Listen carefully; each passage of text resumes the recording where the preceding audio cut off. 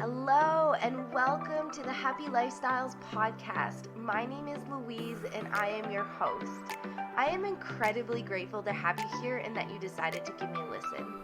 If you are looking for knowledge on ways to enhance your life by educating yourself on topics related to your health from a holistic perspective so you can make informed decisions based on what is best for you and your individual needs to help you find your own unique happy lifestyle, then you have come to the right place. Welcome to episode 20, where I will be talking about intermittent fasting. Wherever you are and whatever you may be doing, I hope that today's episode has served you in one way or another. Hello, everybody. I am super excited about this episode, actually. So, like I promised, bonus episode, I guess, because I was doing bi-weekly, and then I really wanted to talk about my 21-day coaching program last week, so I just decided to do an extra one this week. So anyway, intermittent fasting. I'm very excited about this episode because I think it's a really interesting topic, and there's some misconceptions out there and some things to be careful with. So it's become a bit of a, I don't want to say fad, but it's become a bit of a thing to do right now.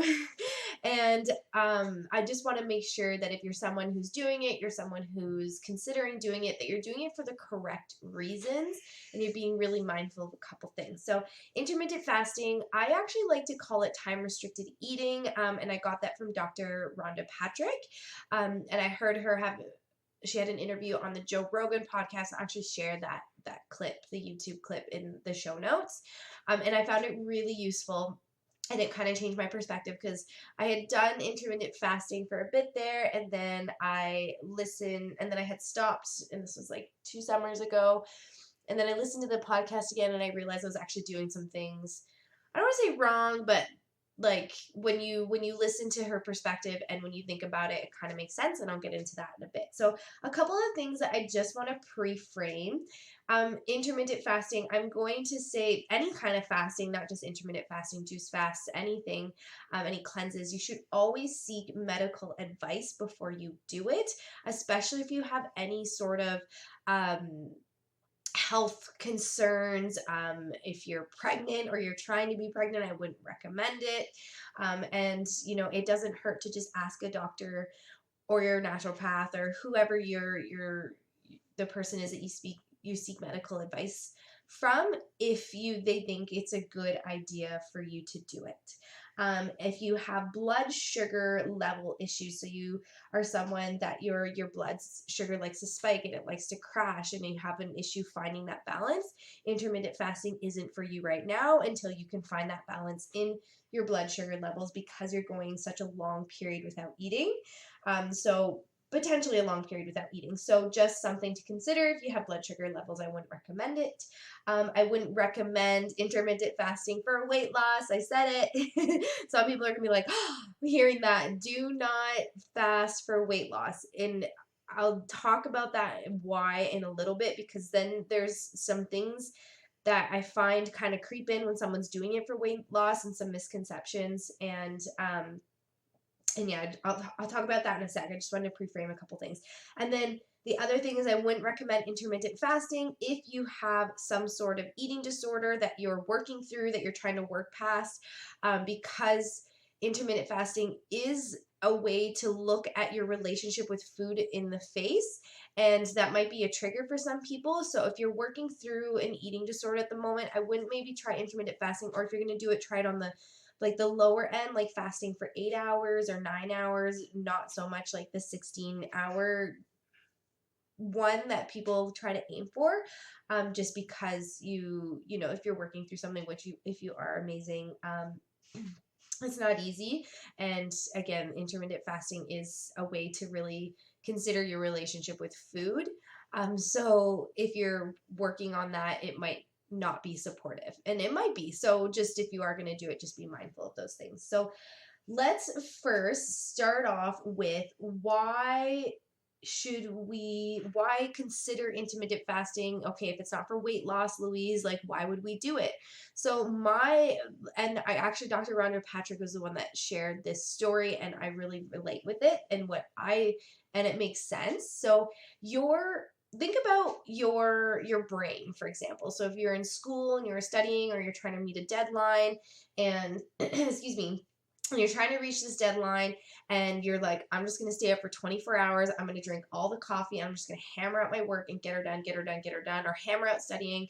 Like, what happens after a while? Your brain just doesn't process things. Like, even just think about not even 24 hours. If you're having a big day, or like you have a very set schedule, and when you go to bed, when it creeps in and bedtime's getting there, your brain's just kind of like, huh, what? Like, like with the work that I do in business, there's a lot of times where we'll have like blitzes, or we'll work really hard for a week, or work really hard for 2 weeks, and your brain just working at its like absolute edge for that amount of time. There's always a crash. I literally just had a call with my girls yesterday where they're saying they feel burnt out after a blitz, because your brain just hits a certain capacity where it just doesn't work anymore, and you need to sleep, and you need to rest, and you need to fill up your cup again. So your digestive system works the same way. Your digestive system has a window from 9 to 10 hours. 10 is really pushing it on the end of how well it's working, before it just doesn't digest and process foods properly anymore. And the thing to consider with the digestive system is, a lot of us, and it's no fault on our parents, but a lot of us have been putting a lot of stress on our digestive systems since we were babies, depending on what our mom was eating and breastfeeding us, or if we're having like formula, what the formula was, to like approximately 6 months, when a lot of parents will start feeding their kids like whole, like literally full pieces of food to chew on at 6 months, because they're like, oh, it's just nice to chew on. But actually, it's not good for baby's digestive system, because it hasn't developed yet. In that first 6 months to 12 months, it should be mostly like really plain, boiled down, pureed, slowly getting chunky and chunkier as time goes on foods, versus like, I've seen 6-month-old babies, or, a year-old baby, sorry, eating a cheese quesadilla at work, and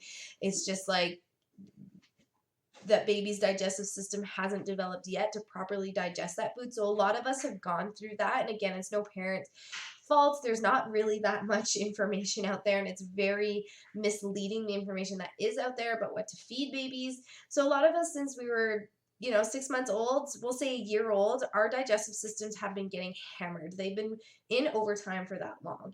So this is why a lot of people, they'll get kids, for example, depending on what it was, will have a lot of things show up when they're kids. But there's so many people in their 20s that are like, oh, I've just been eating whatever I want my whole life, but all of a sudden now I have IBS.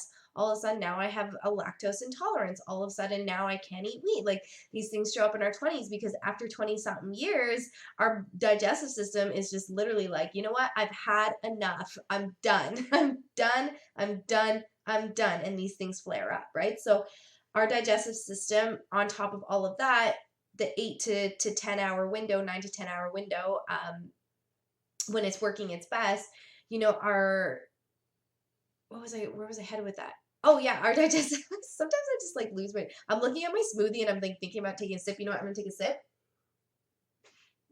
Because that's literally why I lost my train of thought, because I was like, oh, I want to drink my smoothie. Oh, but anyway, so our digestive system, now I remember I was going, see it, drink a smoothie.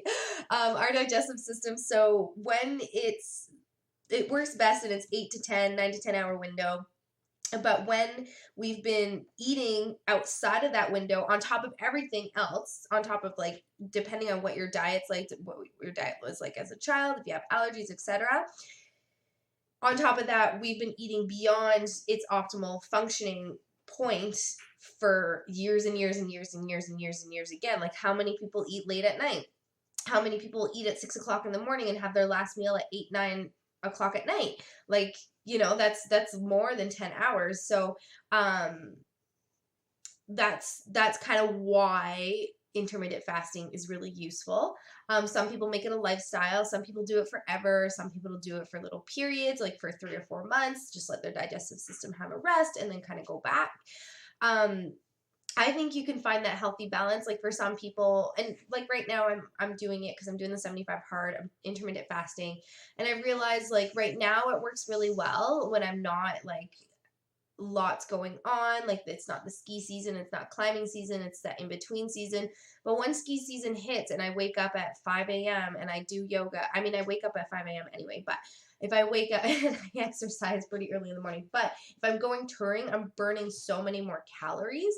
And for me to wait until 11 o'clock in the morning to have that first meal, like I went touring once and it was okay, but that wasn't really a big day.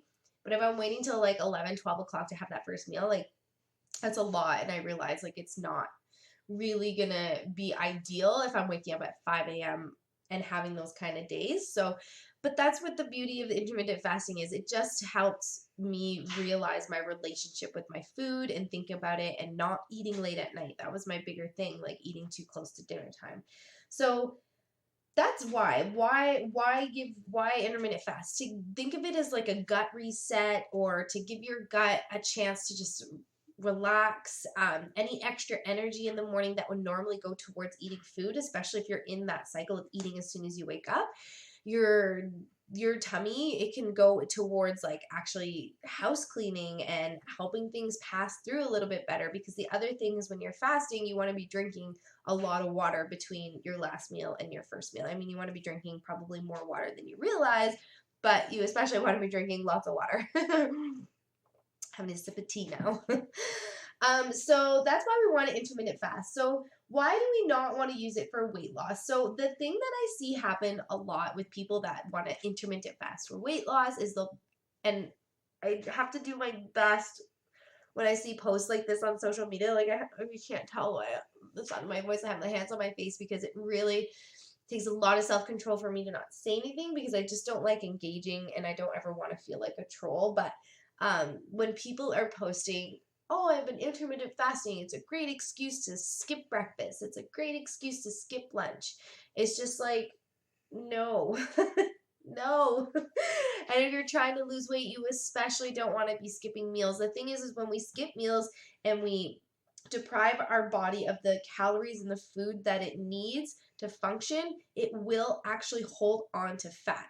It will hold on to it because it's more soluble in the body, and it's like, I'm going to need energy, and we get energy from fat too, not just from carbohydrates. Fats are also a source of energy, and our bodies just hold on to it. And it's like, no, no, no, I'm going to keep it. I'm going to keep it. I'm going to keep it. I'm going to keep it. So that's why we have to be really mindful if we're going to intermittent fast, not using it for weight loss, because then you're also going to come in with that mindset like, oh, I'm just going to eat less in the time that I'm eating. If you're doing like the 16 and the 16-8, for example, so you're fasting for 16 hours and you're eating in an 8-hour window, and in 8 hours you're like, oh, okay, well, I'll just have lunch and breakfast or lunch and dinner. It's just like, no, you still want to eat the 3 meals. So thinking of it more as a gut reset and then eating your 3 meals, you're just eating it in a condensed time. So that kind of brings me to my next tip about intermittent fasting is you want to still make sure that you're eating 3 meals a day. So you're still having breakfast, even if your breakfast is at noon, you're still having breakfast, lunch, dinner, and you're having snacks in between, and you're drinking all the water you can possibly drink from when you stop eating to when you start again. So, and the reason is you still need those calories, guys. Just because we're intermittent fasting, like we might reconsider, like, oh, maybe I don't need to eat as much dinner. Like, do I really need a second serving every time? Like, I love food. If someone fills up a plate full of food in front of me and it's tasty, I'm gonna eat the whole thing. It doesn't matter if I need it or not. I'm still going to eat the whole entire plate of food. So if it helps you to consider that, then sweet. But you still want to be having the calories that you need. You still want to be eating whole foods. You still want to be eating well-balanced meals, all 3 meals throughout your day. And perfect leeway, is it leeway? Is that what we say? Perfect, I don't know. Next topic. Perfect way to talk about the next thing I want to talk about, which was breaking your fast. So breaking your fast, what you have is just as important as the actual fasting. So if you fast, And I see this a lot with juice fasts or like water fasts where people are like, okay, I'm celebrating, I've done my fast, and they take a picture and it's just like this huge, big, like meal that's really dense and heavy. And like you look at it and you're like, yeah, I'm sure it tastes good and I'm sure it's a celebration. But if you just fasted for however long, even if it's 16 hours, and the first thing you put into your meal is a really hard to digest meal, then it's just like, kind of counterintuitive, right? Like you just gave your digestion a break and it's like, all right, now we're just going to take all your hard work and send it out the window and here you go. You got to work hard again. So if you want to have those like richer meals, that's fine, by the way. I'm not like con like having eggs and sausage and whatever for breakfast.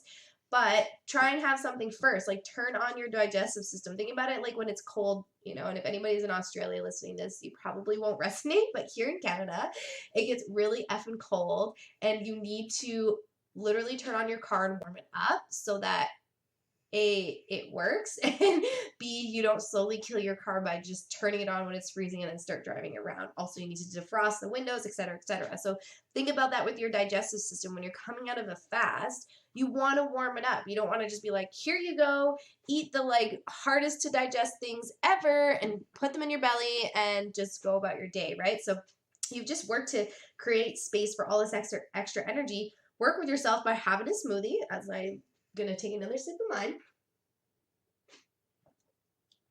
or have like a hot water with lemon to turn on the digestive juices and kind of get started and go from there. Like have something first before a heavy, really dense meal.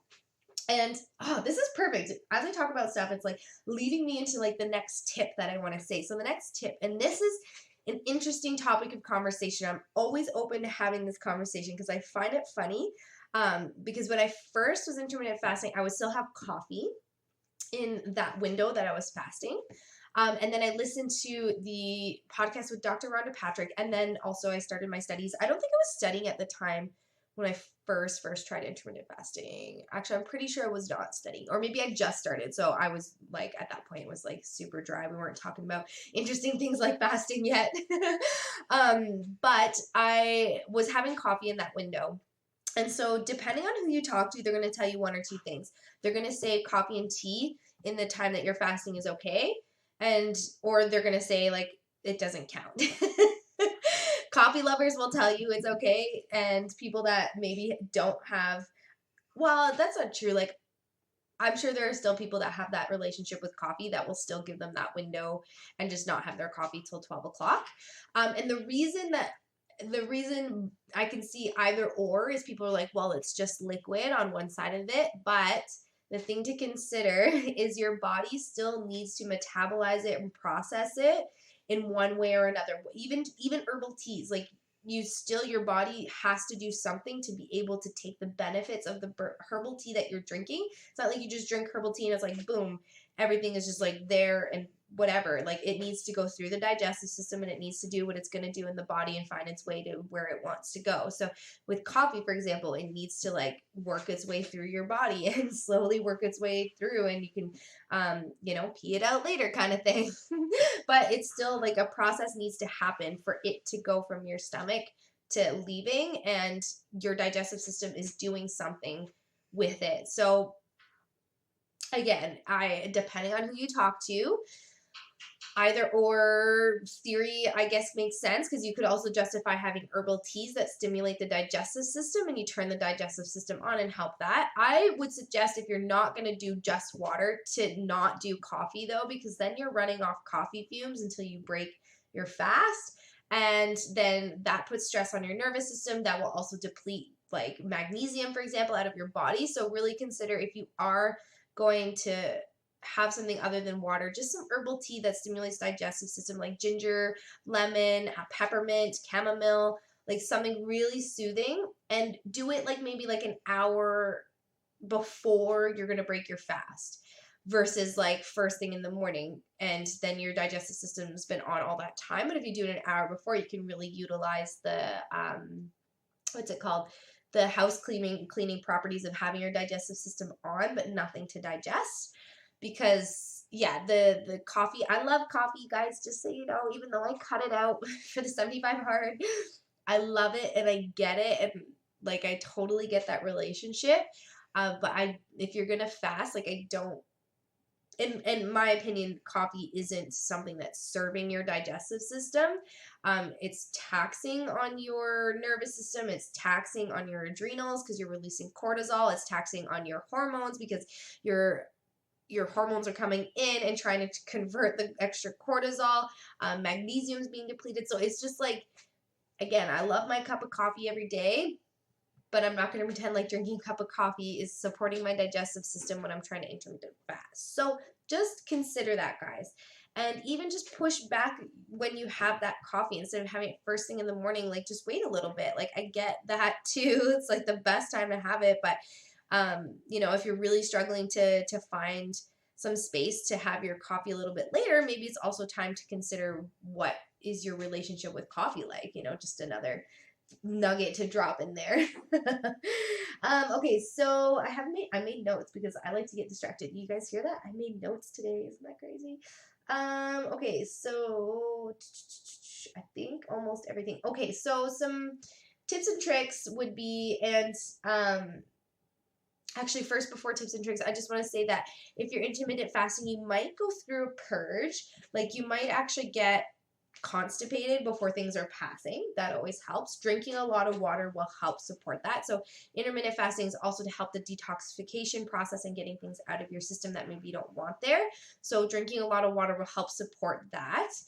Drinking herbal teas will also help support that. Eating whole foods, high fiber foods, soluble and insoluble fiber will also help support that.